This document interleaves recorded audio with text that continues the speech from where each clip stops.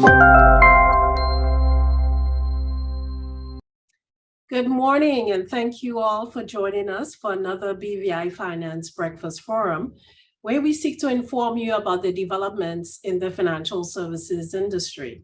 I'm Elise Donovan for BVI Finance.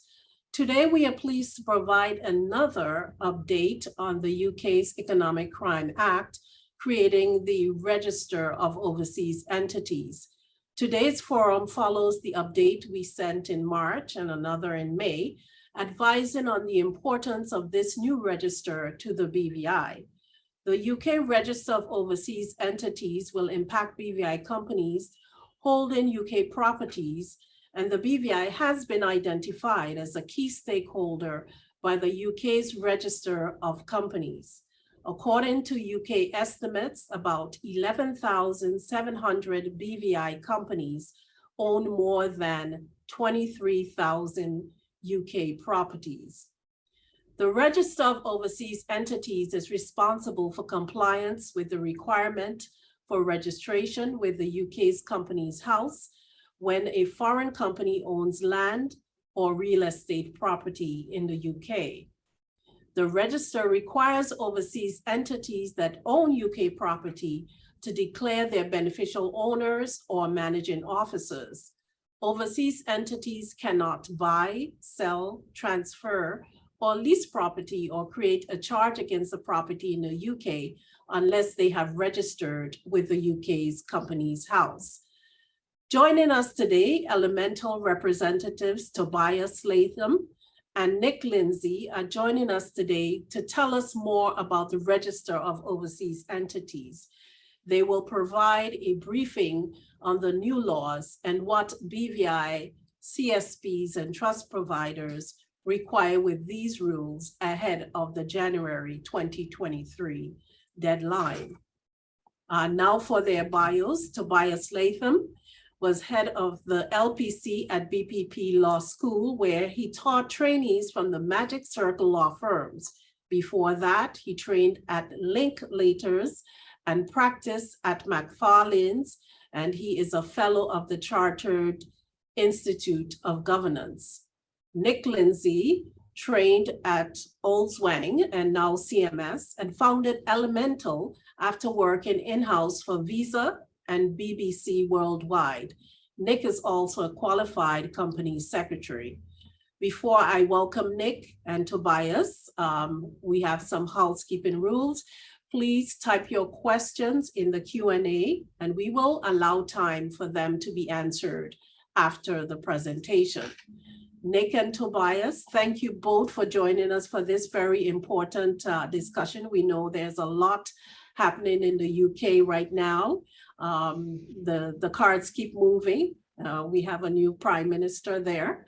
But we welcome you to open your mics and start this discussion. Thank you for joining us.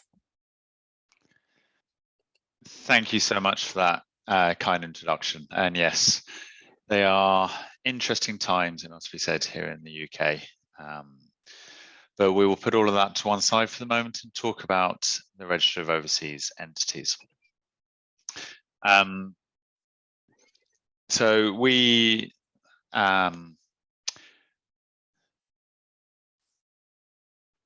apologies. So yes, Elise has already introduced us, but here is a little bit of an overview on myself and Tobias. And then if we go on to the next page, please, Tobias. So here's a quick overview of the session. So we will give an introduction to Elemental, because I'm conscious that though we have worked with a number of BVI service providers over the years, I'm sure there are many of you for whom Elemental is a new company. We'll give a brief overview of the Register of Overseas Entities legislation.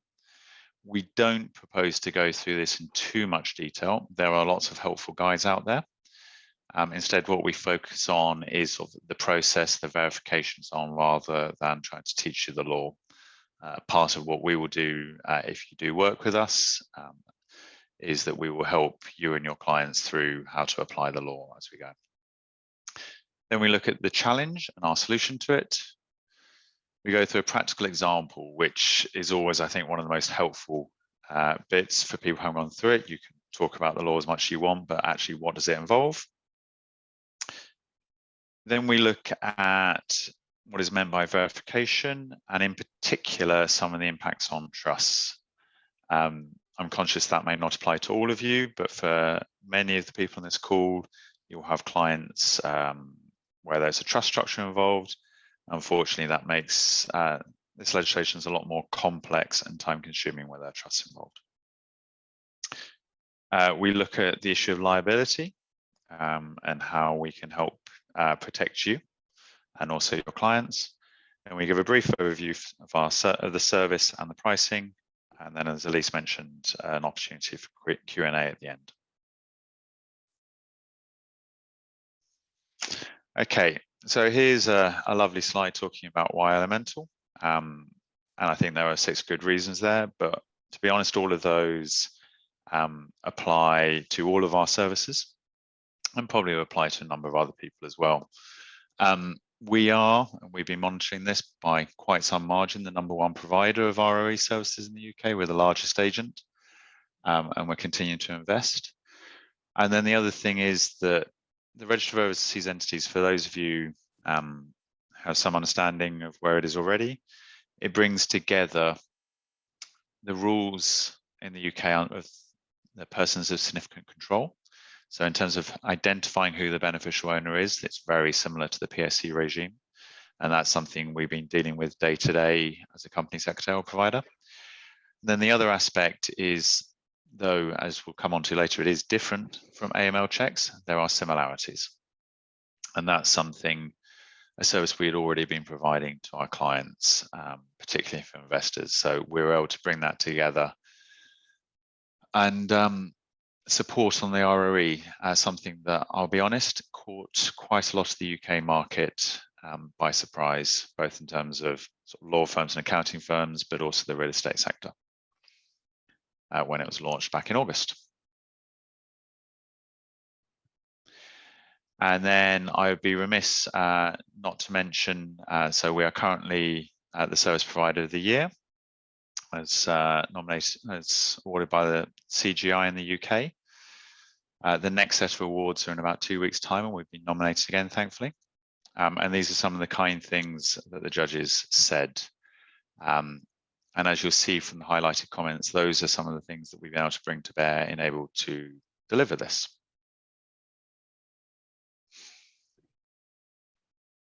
And then finally, before we get onto the ROE, this is an overview of all the services we provide. Obviously, what we're focusing on at the moment and stay as the Register of Overseas Entities. But if we can help you and any of your clients with any other UK aspects, we'd be delighted to. We do focus solely on the UK, and we're fully independent of any other firm or any jurisdiction, with just a focus on the UK. And now I hand over to Tobias. Great, thank you. Thank you, Nick, and thanks, Elise, for the kind welcome. It's great to be able to speak to everybody this morning. So I'm going to run through a few aspects of the regime before handing back over to Nick to discuss trusts. So as Nick alluded to, I don't propose to go through the regime in minute detail, and there is a lot of guidance out there, and this is a practical webinar more than a legal one. But it's worth flagging the sources of legislation from a UK perspective around this regime. So you've got the main act, which Elise alluded to in her introduction, at the top there. And then there are some other sources of guidance that flow into the service we provide in the regime. So that includes secondary legislation and technical guidance published by Companies House and Her Majesty's Land Registry, and then some other more informal guidance that exists as well. So the Register of Overseas Entities exists to identify foreign companies that own land in the UK. And so as a result, any overseas entity, including those incorporated in the BVI, who want to buy, sell or transfer property or land, they must now register with Companies House in the UK. And that process involves telling Companies House who their registrable beneficial owners are, or RBOs, which is an acronym you'll hear in the context of the regime quite a lot, or who their MOs, managing officers, are if there are no RBOs. So we'll speak about that a little bit later. That information must all be verified by a UK regulated agent, which is where Elemental and other UK regulated agents come in. And so it's our job to verify the information presented to us by an overseas entity. And then ultimately, the overseas entity obtains an OEID number, which is a number that they can provide to the land registry to facilitate the purchase, sale, lease or charge of UK property or land. So that's what we're doing it for, an OEID number. So the challenge is quite large. So the research that we've done from the land registry suggests that there are 93,877 parcels of land that are owned by overseas entities, so not owned by individuals and not owned by UK companies. They're owned by 31,506 different overseas entities spread across 213 countries. And we have 68 working days to the main deadline that I'll speak about in a moment, which is the 31st of January next year. And we're dealing with Companies House who have clearly put the system in place quite quickly under political pressure following the invasion of Ukraine by Russia. And as a result, those systems are manual in nature. There is an Excel spreadsheet under which trust information must be submitted. Confirmation of verification is received via email, and there's no ability to file anything using software or to pay for the process using an account. The payments must be made using a credit or debit card, which all indicates to us that this is still a nascent register that doesn't carry any of the technological characteristics of more advanced registers. One hopes that Companies House will develop this over time, but they are making do with what they have at the moment. That's quite clear. So to focus specifically on the BVI, the BVI's overseas entities has filed its proportional share so far. So on the left-hand side is a percentage breakdown of the database of overseas entity owning jurisdictions, and you'll see the BVI is quite far and away the most, the highest percentage, and BVI is up there with Jersey as having had most of the registrations completed at Companies House. However, that needs to be taken in the context of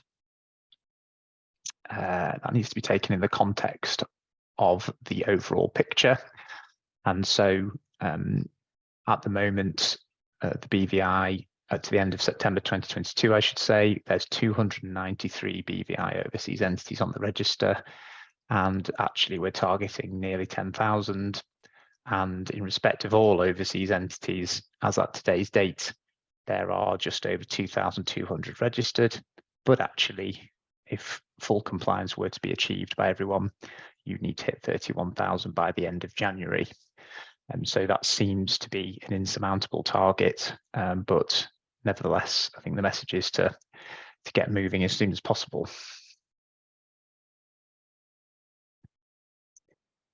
So this is just to summarize some key dates from the legislation, which is sort of more historical now, really, given that the regime came into force on the 1st of August, and Elemental was ready to provide the service on that day and began providing the service that week. There was an initial deadline of the 5th of September in respect of new land registry registrations. So some entities were under significant time pressure if they're in the middle of a transaction. However, the more important and existing deadline now is the end of January, when all overseas entity landowners must register for an overseas entity ID. That includes those entities that no longer own land but disposed of land after the 28th of February 2022. So a BVI entity that sold land on the 1st of March 2022 and now owns no UK land is still obliged to tell Companies House about that disposal. And the information still has to be verified as well. So this does capture disposals that happened before the rules came into force. So that retrospective nature is quite unusual in UK law and is worth noting.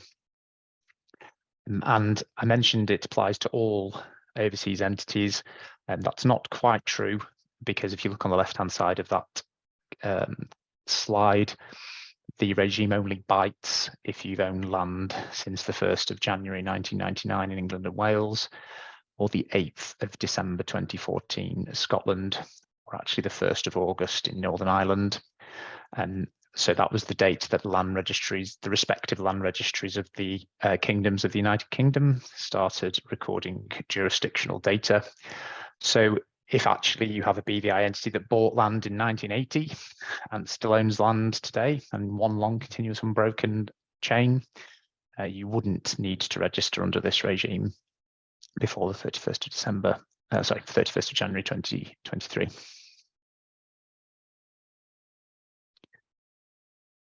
So I'll talk briefly about the consequences of failure to register for the overseas entity itself. So on the left there in blue were the three primary legislative consequences that are written into the law. And so there are daily fines up to £2,500. That equates to in excess of £900,000 a year. And there's potential prison sentences of up to 5 years, which I'll come to in more detail in a moment. And there's restrictions placed on the buying, selling, transferring, leasing or charging of the land, i.e. you can't do anything with the land if you don't complete the registration. Those are the legal consequences. The commercial consequences we've seen are on the right-hand side there, and they can impact on transactions, or also, especially when things around refinancing happen with banks, banks can raise them as potential breach of covenants. So we've seen a lot of entities being driven to do this for commercial reasons, raised either by their financing partners or as a result of a sale or purchase, rather than being driven by the matters on the left-hand side there.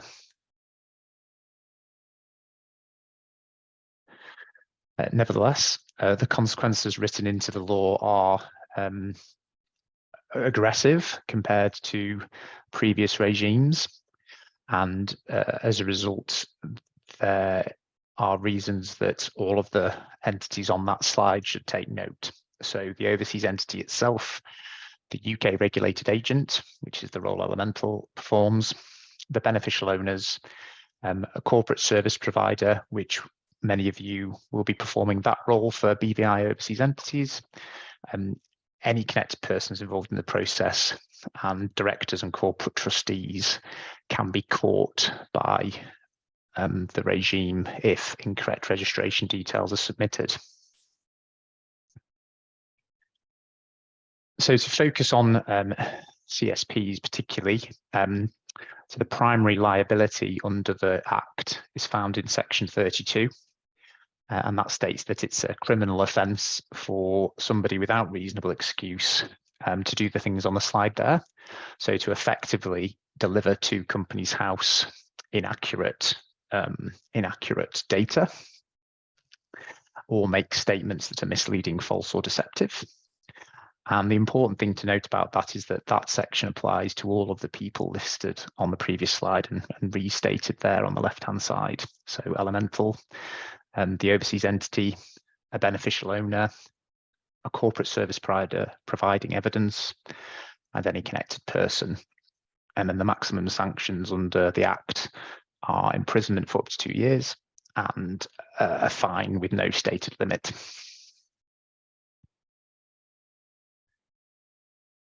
So cause for CSPs to sit up and take notice, but also cause for directors and corporate trustees to sit up and take notice. So the liability under that section doesn't stop with the corporate entity. Personal liability can fall on an officer who's in default under section 35 of the Act.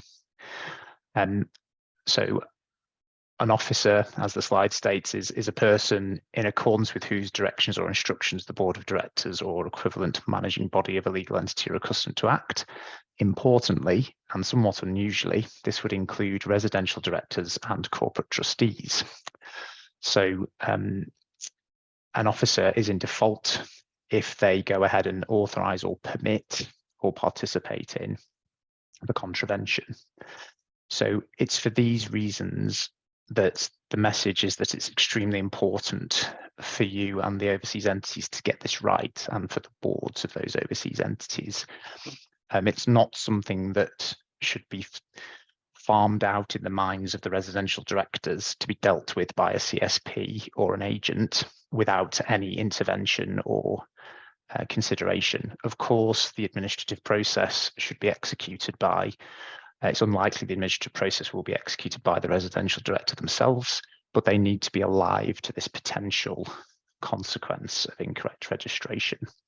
So that's what we're focused on, not just to protect Elemental, but to protect everybody in the whole process. So by getting the registration correct, you obviously negate any liability under these provisions.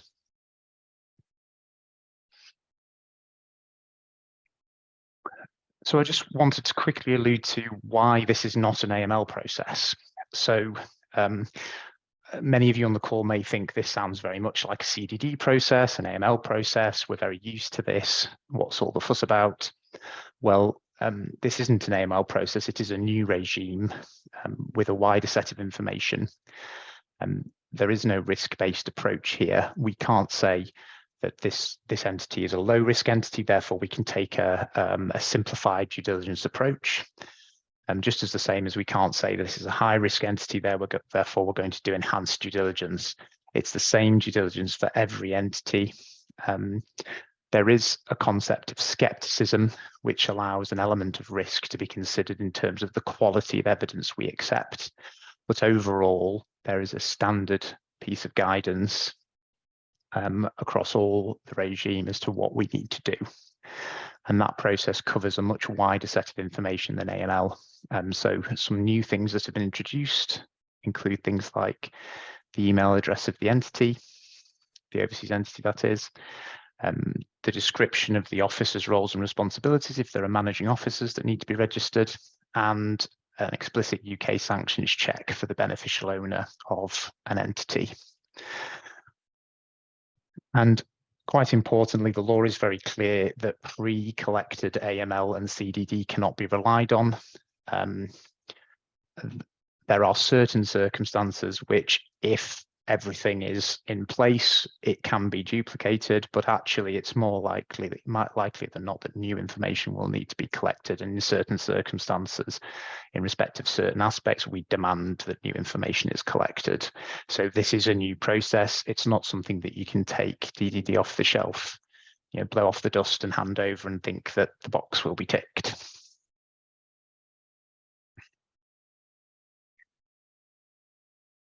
So how are we going to deal with all of this? What are we doing? How are we busying ourselves at the moment?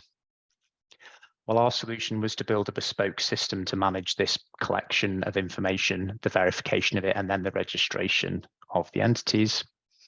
And so parts of this system have been automated to make it as easy as possible for CSPs and clients to interact with us. And we have created a dedicated team to deliver this, and a team that is growing week by week. And as soon as Companies House is ready to accept software filings, we will be too. And I think most importantly, Elemental has the skill and background to be able to provide advice and support to overseas entities about identification of beneficial owners.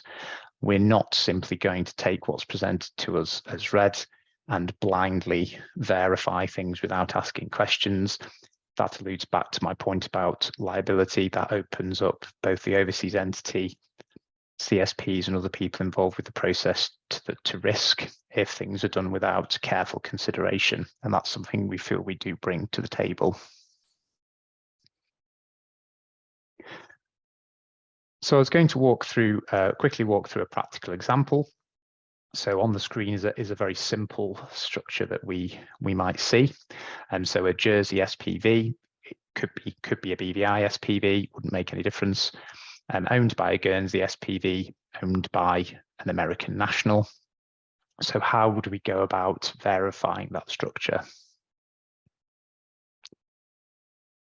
Well, first we'd want to identify the beneficial owners. That in this structure, that's very straightforward. The beneficial owner would be the American individual. And so that would be the person whose identity we need to verify. The overseas entity, the Jersey SPV, would need to serve an information notice on Ben. And Ben would need to respond to that notice, providing the required information.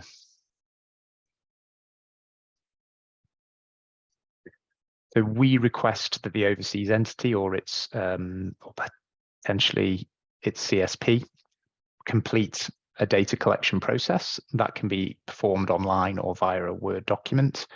And that is the first stage for us to collect the information we need to be able to begin the process. Then we will verify that information. So how do we do that?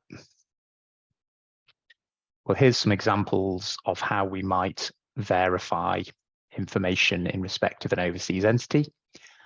So I won't go through all of those, but to flag a couple, anything that's available on a public registry we'll use. And if a public registry isn't available, then we'll seek evidence from a lawyer in the appropriate jurisdiction or a CSP. So those are things like certified copies of constitutional documentation. And the email address I flagged earlier is somewhat unusual. So we've created a portal by which overseas entities can enter that and have it automatically verified to make the process digitized and as simple as possible for our clients. For an individual beneficial owner, so for Ben in this instance, the American citizen, there's a list of the sorts of things that we would do to evidence his identity. So I think the one to flag here, because it's the one we get asked about quite a lot, is the name, date of birth and nationality. So that's a passport and e-verification check, which includes a liveness check. So you may be familiar with these softwares that have appeared where you are able to take a selfie and a photo of your passport, and the software checks that the person taking the selfie is the same person as the person on the passport. That's explicitly required, or an equivalent of that, a video call is required under the Act. So we are often asked if a certified passport will suffice. Unfortunately, it won't under the regime. So that's something to note, and is an example of why this is not an AML process or a CDD process. There's a list of some other things in there that do come up more usually. Certified bank statements or utility bills, for example, are good evidence of a residential address.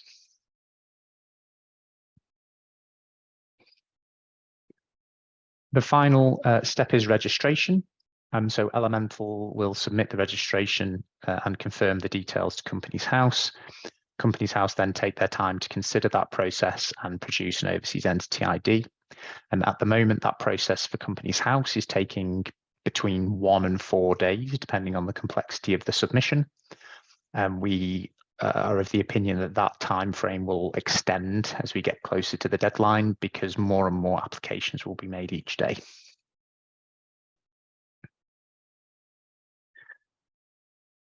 And that's what it looks like when you make a submission to Companies House. So on the left-hand side, you'll see a submission, a redacted submission confirmation from a very early application we made on the 9th of August. And on the right-hand side, you see what it looks like when you receive a submission accepted. So you receive an email from Companies House with the acceptance and the overseas entity ID number. And I think that summarises the things I was going to speak about. So I'll hand over to Nick, who's going to speak a little bit about trusts on the next slide.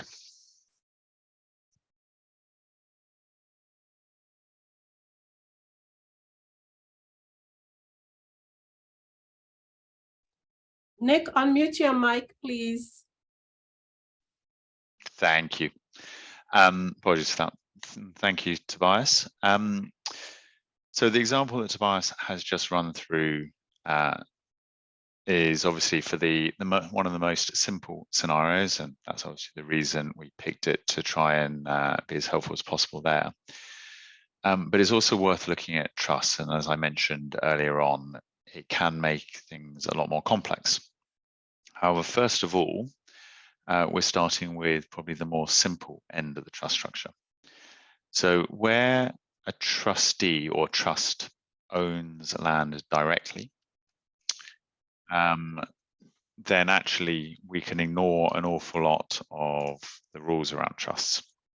So in this case, it would be, so if there's a corporate trustee, say a BVI corporate trustee that holds UK land on behalf of a trust, then it is the corporate trustee that would be the overseas entity and that would need to be registered. We would then need to disclose the beneficial owners, if there are any, of that corporate trustee. And that may well, in many cases, be the ultimate owner of the corporate service provider. Or if there are no beneficial owners, then we would disclose the managing officers and have to verify the directors, in essence, of the corporate trustee. We would not need to disclose any information on the trust. And then the other good piece of good news is that if, for example, the corporate trustee owned 10 pieces of land on behalf of 10 different trusts, you would only need to register the corporate trustee once, and that would cover all 10. Next page, please. Okay, so this is the situation where the trust is the beneficial owner, and unfortunately this is a lot more complex and goes further than I think many trust providers have seen in terms of other legislation, both in the UK and elsewhere. So just to be clear here, this is where there is a propco or an SPV that holds the UK land or property. And that company, that SPV, is owned by a trust, whether directly or indirectly. In which case, the trustee would be the registrable beneficial owner, as indeed would any person who has significant influence or control over the trust, which could sometimes be a protector or settlor, depending on the nature of the trust. And the beneficial owners would be on the public register, but we then also need to provide the following information about the trust: the name of the trust or description, the date when the trust was created, every person who was a trustee since it began. So even if the trust is 100 years old and has had 20 trustees over that time, you have to include all of that information. Number 4 on this list, which is often one of the most challenging parts, every beneficiary under the trust. Number 5, the settlor or grantor. And 6, any person who, under the terms of the trust, has any rights in respect to the appointment or removal of trustees or the exercise of their functions. All of this information goes on an Excel spreadsheet, which is the specific form required by Companies House. And that is how we file it through Excel, which is something that I don't think I've ever seen before with Companies House. And most importantly, here we go. All of this information needs to be verified. I think the other thing to flag, though, is that all of this information is confidential. So it does get filed at Companies House, and it is available to HMRC, the tax body in the UK, but it's not on the public register. But we do need evidence in relation to all of this information. So as you can see, it's a lot more complex than just a single beneficial owner. So it's also fair to say that over the last nearly 3 months, there have been a number of issues with trusts and beneficiaries that have come to light. And I think many of these have been to do with the speed that the legislation was brought in and the lack of consultation. So the first one that back in August caused a lot of doubt was the definition of beneficiary. There is no definition of beneficiary under the Act. There is nothing in the technical guidance. There is nothing from Companies House. And in fact, we have contacted Companies House and BVI, the department in the UK government that's responsible for this, for advice. And their advice is to take legal advice, which is helpful when there's nothing to base it on. But we did. We reviewed it from a legal perspective, and we do have a note on this, which we can follow up with if desired. However, the wording around beneficiaries has been drawn from the 4th Money Laundering Directive, and then obviously the 5th Money Laundering Directive now. And that's been implemented in other areas of UK law, most notably the Trust Registration Service. And in short, it's very clear that potential beneficiaries are also beneficiaries. So the most common scenario with beneficiaries or with trusts would be the trust for the children and grandchildren of Mr. X. Even where a child or grandchild has no right to any assets under the trust, has never received any assets, and may never receive any assets, they are still within the class of beneficiaries, and they are still a beneficiary and should be included. The second point here, verifying beneficiaries. We do need to verify all of the beneficiaries. And unfortunately, we are aware that under the local law of many jurisdictions, a trustee does not need to does not need to have collected ID documents on beneficiaries often if they have not received any benefit. So that does pose a challenge. Unfortunately, it is a step that we have to go through, and we've been working through with a number of service providers.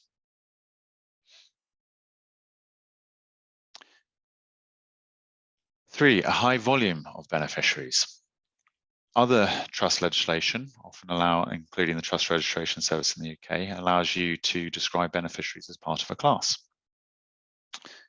However, there could be a large number of beneficiaries, and we are dealing with one client at the moment with in excess of 7,000 beneficiaries.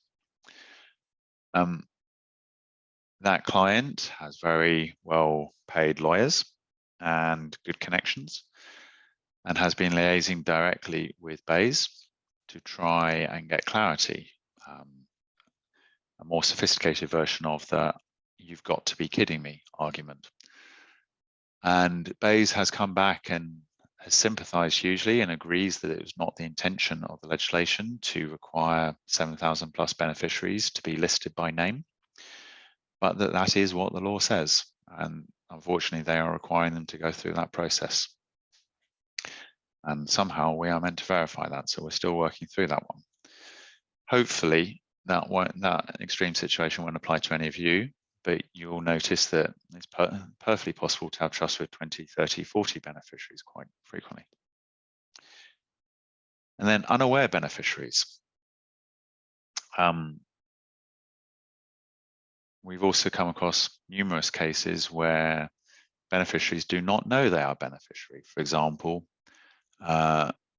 minors, where the settlor doesn't want them to know they're beneficiary at this time. They want them to stand on their own 2 feet, shall we say, or whatever the individual driver may be. However, we still need to verify them. Now, there are some practical ways that we can go through this.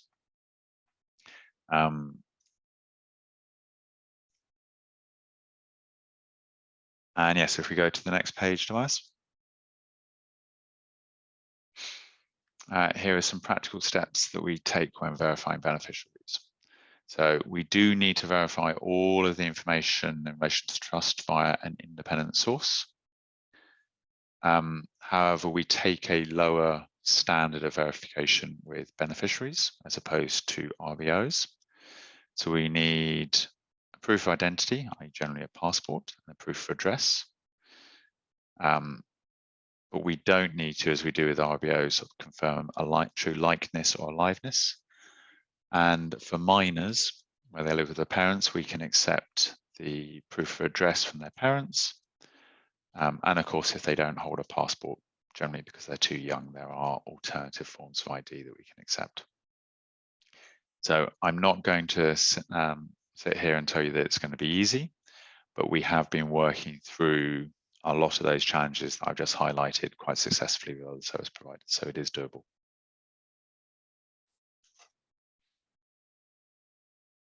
Okay, liability. As Tobias mentioned earlier, there is quite strict liability under this regime. And they've taken a very different approach and a much more draconian approach, shall we say, than they do to a lot of other legislation, companies' legislation in the UK. And of course, I think that's in large part because of the people targeted by this are overseas entities, and therefore perhaps treated differently. We can be engaged directly by the overseas entity, obviously often with the CSP assisting, or we can be engaged through the CSP. But in either case, our solution and our work is designed, well, I'll be honest, it is partly designed to protect us, but that also helps to protect you, everyone on this call, and your clients from any liability under this. So as long, I think in our view, as long as you are not deceptive in your dealings with us, which I'm sure you wouldn't be, then our verification and the process that we've gone would give you a large, reasonable excuse, which is the test under the legislation. Okay. Just a summary of our ways of working. So as I mentioned earlier, we are independent. We only provide services to the UK, and we don't have any networking or pre-existing ties to any other firm in any other jurisdiction. We're specialists in the UK, and we built a specialist team for the ROE, which is growing all the time. And we have by far the largest team in the UK for the ROE, I'm confident in saying. We're happy to enter into bespoke engagements with CSPs. And we've been working very well with the 4 largest jurisdictions for this, which is the Isle of Man, BVI, Jersey, and Guernsey. And as I've already mentioned, we can work directly with the client or with you. This is largely a summary of what's already been mentioned, so I wouldn't suggest going through this in any detail. And this is some summary of some of the ancillary services that we can provide. So as well as the core verification and registration service, all overseas entities, beneficial owners and managing officers need to provide a service address, which will be on the public record. And we can provide an address in the UK to handle that. There are provisions to enable beneficial owners their information to be hidden from public disclosure. So it's still filed with Companies House, but it doesn't appear on the public register. Very broadly, you have to be able to make use of that. You have to be able to show that the public disclosure could lead to a risk of physical harm or intimidation for the individual. But in that case, applications can be made. Tax filings is the third one. So as I've said, HMRC has stated they're going to use these disclosures to make tax investigatory filings. And so therefore, if any of your clients have any concerns about whether they've made all of their filings, the best advice is to bring that up to date as quickly as possible. And then finally, we have a long-standing process agent service. And one of the more common uses for a process agent is where an overseas client is looking to purchase UK property. And so obviously it ties in quite nicely there. And then that brings us on to questions. Okay, well, thank you very much, Tobias and Nick, for your presentations. This seems a lot. And I guess we have a couple of questions in the Q&A chat. But ultimately, who is responsible for getting this information on the register. I'm not sure that I'm really clear on that. Whose responsibility is it? Okay. So it's a fair question. The primary responsibility is with the overseas entity, i.e. the entity that owns UK land or property. And therefore, shall we say, indirectly, the officers of that entity. Okay. Everything flows from that. So should we say in the extreme scenario, though in a scenario which I expect will apply to many, if nothing's done, it's just ignored, then it's the overseas entity that will be in breach. And then the directors of that entity will be in breach for allowing it to fall into breach. Okay. I guess we'll have some follow-on questions from that answer, but let's go to the questions that we already have in the chat.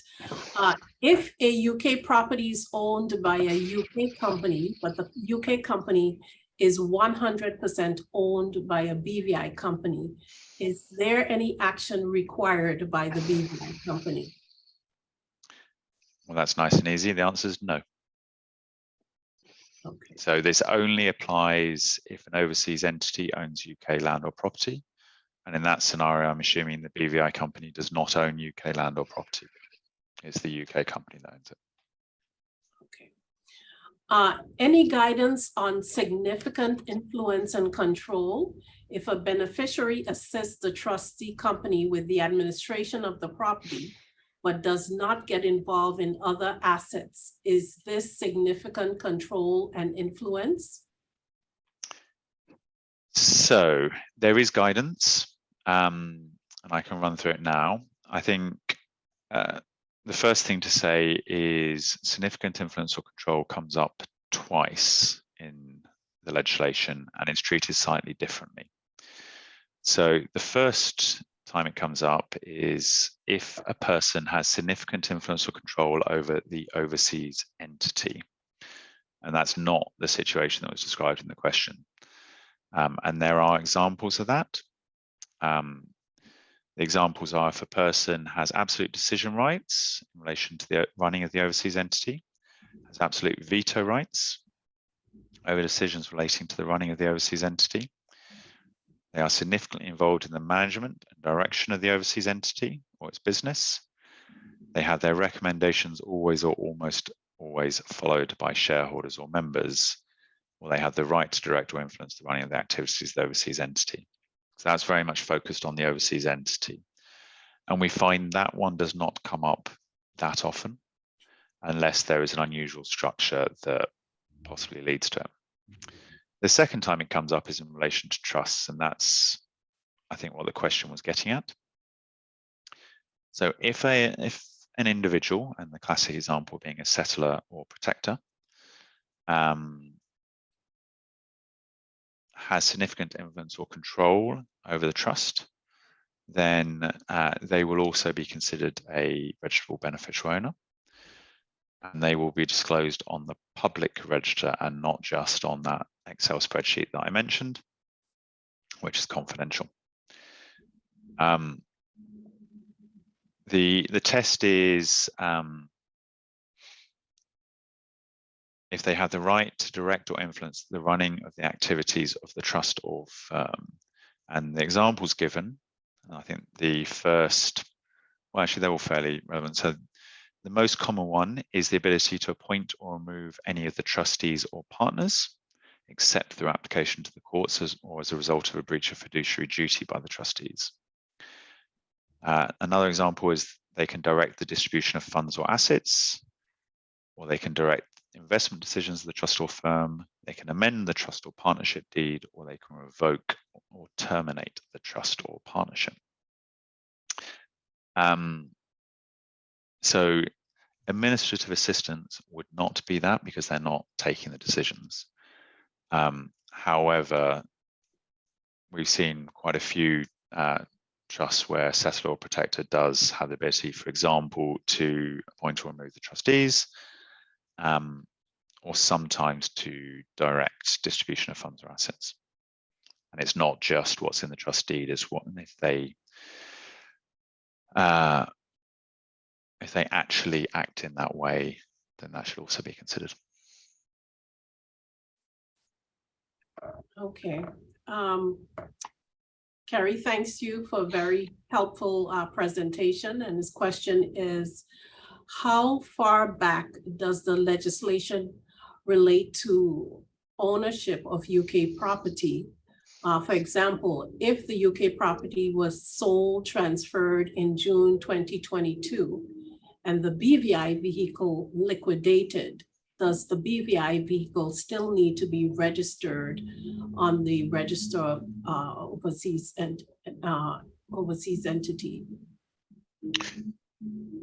Well, the liquidation point is an interesting one, and I'll come back to that. But a BVI entity that did own UK land and sold or disposed of it after the 28th of February 2022 does need to register. If that was the only piece of land that, or property that it owned, i.e. at the date of registration it does not own any UK land or property, then it doesn't actually appear on the register, but a filing needs to be made and it's basically put on the records at Companies House. And the reason, by the way, for the 28th of February date is that it's just before the legislation was published and just before Russia's invasion of Ukraine. So on the face of it, a BVI entity that sold property in June 2022 would be within scope. The liquidation point, well, I don't believe that actually technically changes anything, Tobias, unless you have any other views. Of course, it does flow into an enforcement question, but my understanding is that there's no exception or carve out in the UK legislation in that situation.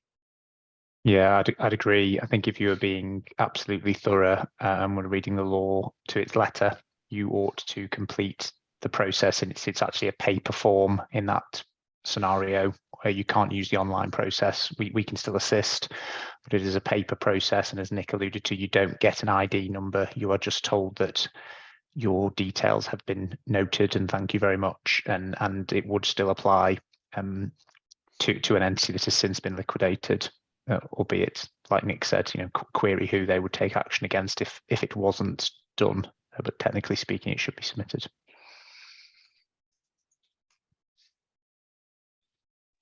The next question, is it possible to amend filings for additional or correcting information? This is a qualified yes. Okay. So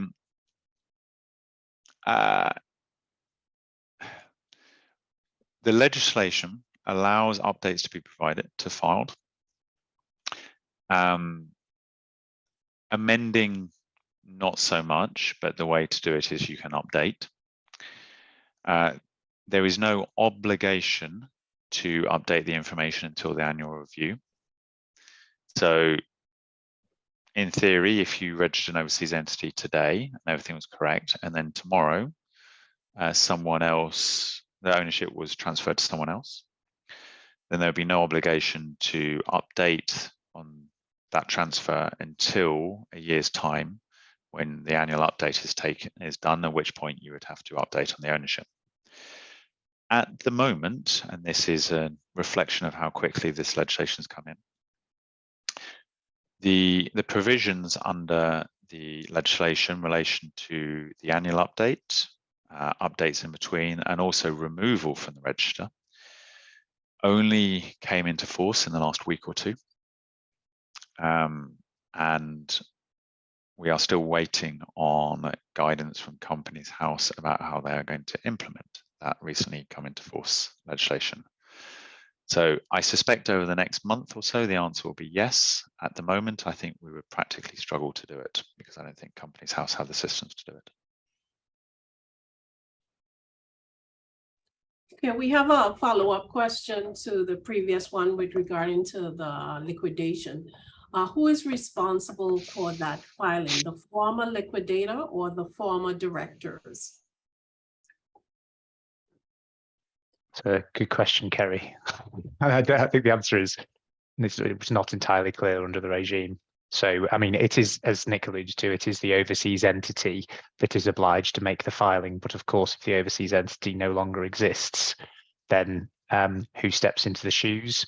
The legislation and guidance isn't clear about that. So if you were trying to be as thorough as possible, I would get somebody to do it. But who would face consequences if nobody did it? Not clear.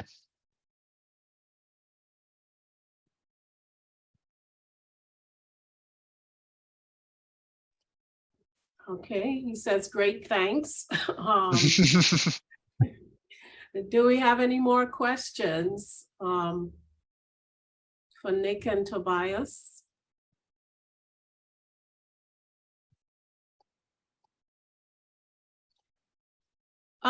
In the meantime, if we don't have any more questions, I just wanted to sort of go back and put emphasis on what is the responsibility of the BVI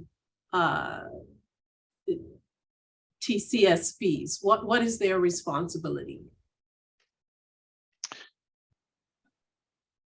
So I think there's probably two things to look at. One is the pure sort of legal liability responsibility, but I think more importantly is the responsibility to your clients. So from a pure legal liability, I think the key question is, if anybody at the CSP is a director of the overseas entity, then this legislation can bite on you. And so you need to make sure that the registration is completed in good time. But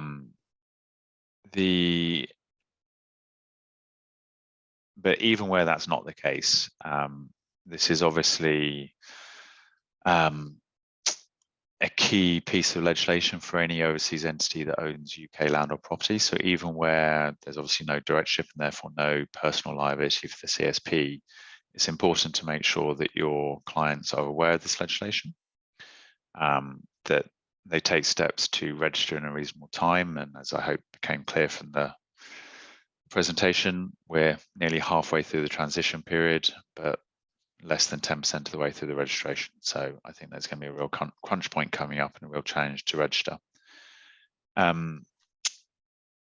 And to flag that this isn't for your clients, this isn't legislation they can just ignore and will go away.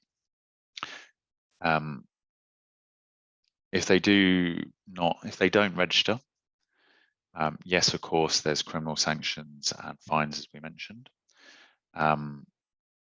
But there is a real stick that the UK government has here, that the land and the UK land or property cannot be disposed of until the entity registers. So if this is, say, ignored for a year or two, and then the client wishes to sell their property, they are going to have to register at that point, at which point they will be a year or two late in registering, and the fines potentially, they may not, well, I wouldn't expect them all to be levied, but we've got no guidance at the moment about how they're going to fine for this.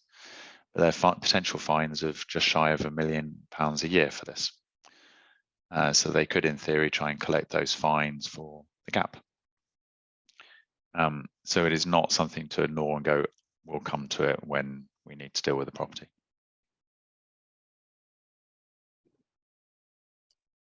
Okay, thank you very much for that. We don't seem to have any more questions. This has been a very informative presentation. I think it's very, although you outlined that initially the simple company registration of the overseas entity was simple, I didn't think it was simple. The first one is a little bit more complex. Both of them sound quite complex in terms of the requirements. And so we do advise our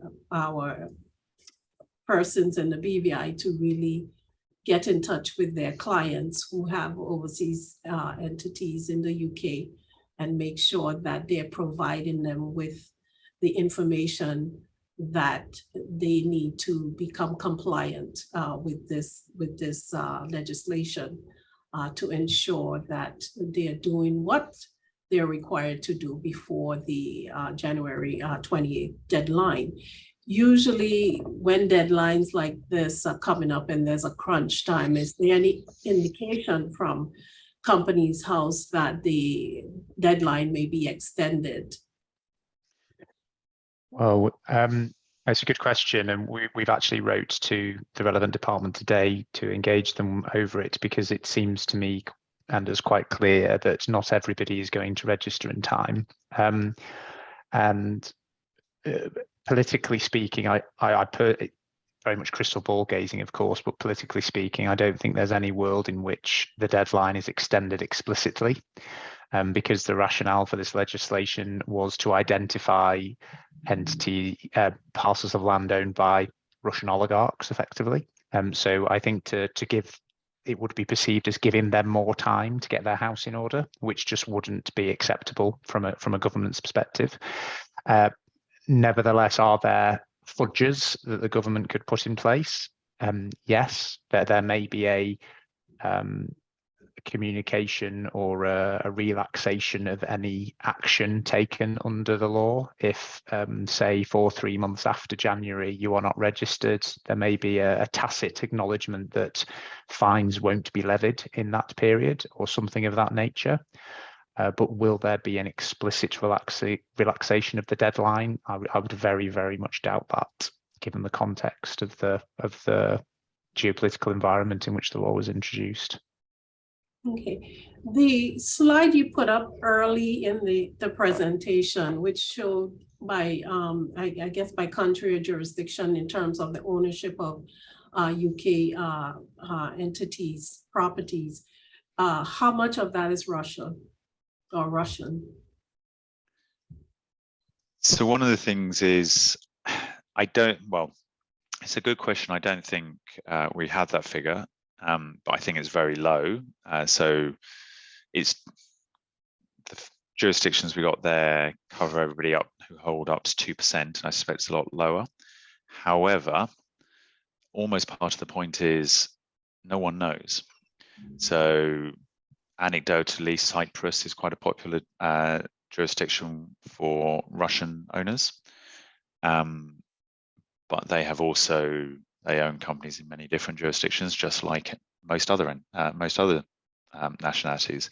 So part of the point is that when Russia invaded Ukraine, it was known sort of anecdotally that Russians owned quite a lot of UK land or property, in particular in London, but they didn't know exactly how much, and they didn't know what property. And that's because all that is registered at the land registry is the jurisdiction of the entity that owns the land and not who it's owned by. So I say Cyprus because it does have quite a strong connection, but how many of those Cypriot companies are ultimately owned by Russians, we do not know. And whether or not it will achieve the aim, the stated purpose of this legislation is to try and find out. Okay. Just for information purposes, can you restate again your contact details or pull them up on the screen so that people can get in touch with you for more information? We will be sharing the slides for this presentation and access to the recording if it's required, but we will certainly be sharing the slides later on. Yep, so hopefully they're on the screen now, and anybody on the call is welcome to email myself or Nick directly, or give us a call if they have a query about the overseas entity and how to register and verify. And of course, we'll circulate the slides through the team.